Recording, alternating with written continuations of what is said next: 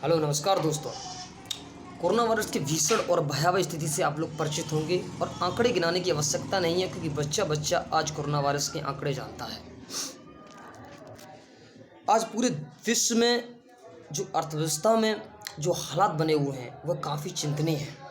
सभी देशों की अर्थव्यवस्था पूर्ण रूप से चरमरा गई है और प्रत्येक देश में आर्थिक मंदी के हालात हैं। आर्थिक मंदी का मेरा तात्पर्य यह है कि किसी देश में जो अर्थव्यवस्था में जो गिरावट आती है उसमें आर्थिक मंदी 4-5 रूपों में हम समझ सकते हैं। पहला है उपभोग में कमी। आर्थिक मंदी का कारण यह है, एक संकेत यह भी है कि लोग खपत यानी उपभोग कम कर देते हैं। जब लोग उपभोग कम कर देते हैं, इस दौरान साबुन तेल, घी और सामान्य चीज़ों के साथ साथ घरों और वाहनों की बिक्री घट जाती है। दूसरा है औद्योगिक उत्पादन में गिरावट। इसे हम कैसे समझते हैं, देखते हैं। जब लोग खपत नहीं करेंगे और उनके पास पैसा नहीं होगा, उनमें कोई डिमांड नहीं होगी, तो जाहिर सी बात है कि औद्योगिक क्षेत्र का पहिया थम जाएगा। और जब औद्योगिक क्षेत्र का पहिया थम जाएगा तो मिलों और फैक्ट्रियों में ताले लग जाएंगे।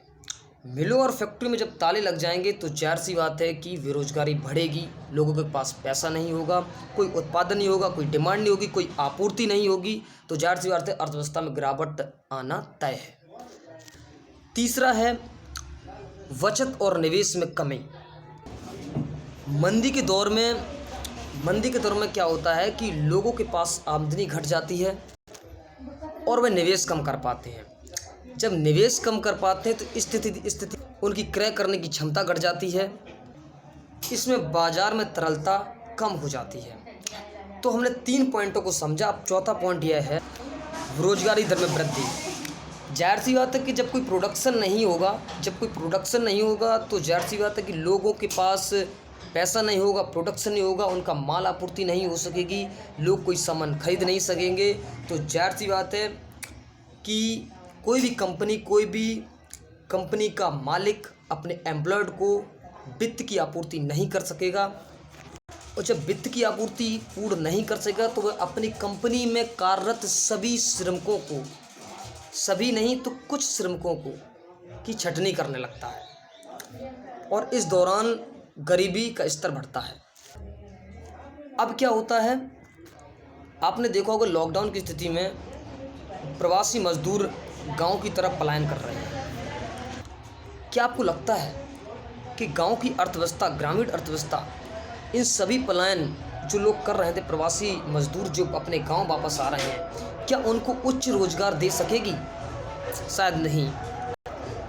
सरकार ने अपनी जीडीपी जो कि 2.3 ट्रिलियन है, कहने का मतलब है 200 लाख करोड़ की जीडीपी है, उसका 10% हिस्सा प्रोत्साहन दिया है ग्रामीण और एमएसएमई सेक्टर और बहुत सी स्वास्थ्य संबंधी चीज़ों में। शिक्षा के क्षेत्र में बहुत ज़्यादा बैंकों को कर्ज दिया है कि वह लोगों को कर्ज दें सस्ते इंटरेस्ट पर। अब देखना होगा कि वित्त मंत्री निर्मला सीतारमण का यह अर्थव्यवस्था के लिए एक बूस्टर प्लान क्या ग्रामीण अर्थव्यवस्था की स्थिति सुधारेगा, लोगों को रोजगार मिलेगा। और जाहिर सी बात है जो बाहर से मजदूर आ रहे हैं वह 2-3 महीने तक वापस शहरों में नहीं जाएंगे। 2-3 महीने क्या बहुत समय हो सकता है। यही एक समय है कि इस टाइम पर जो कृषि का क्षेत्र पिछड़ा हुआ था, लोगों का रुझान कृषि में कम हो रहा था, हमें कुछ नया इनोवेशन कर लोगों को कृषि में रुचि बढ़ाने का प्रयत्न करना होगा। उनकी जो उपज है, उनके पास जो भी खाद्यान्न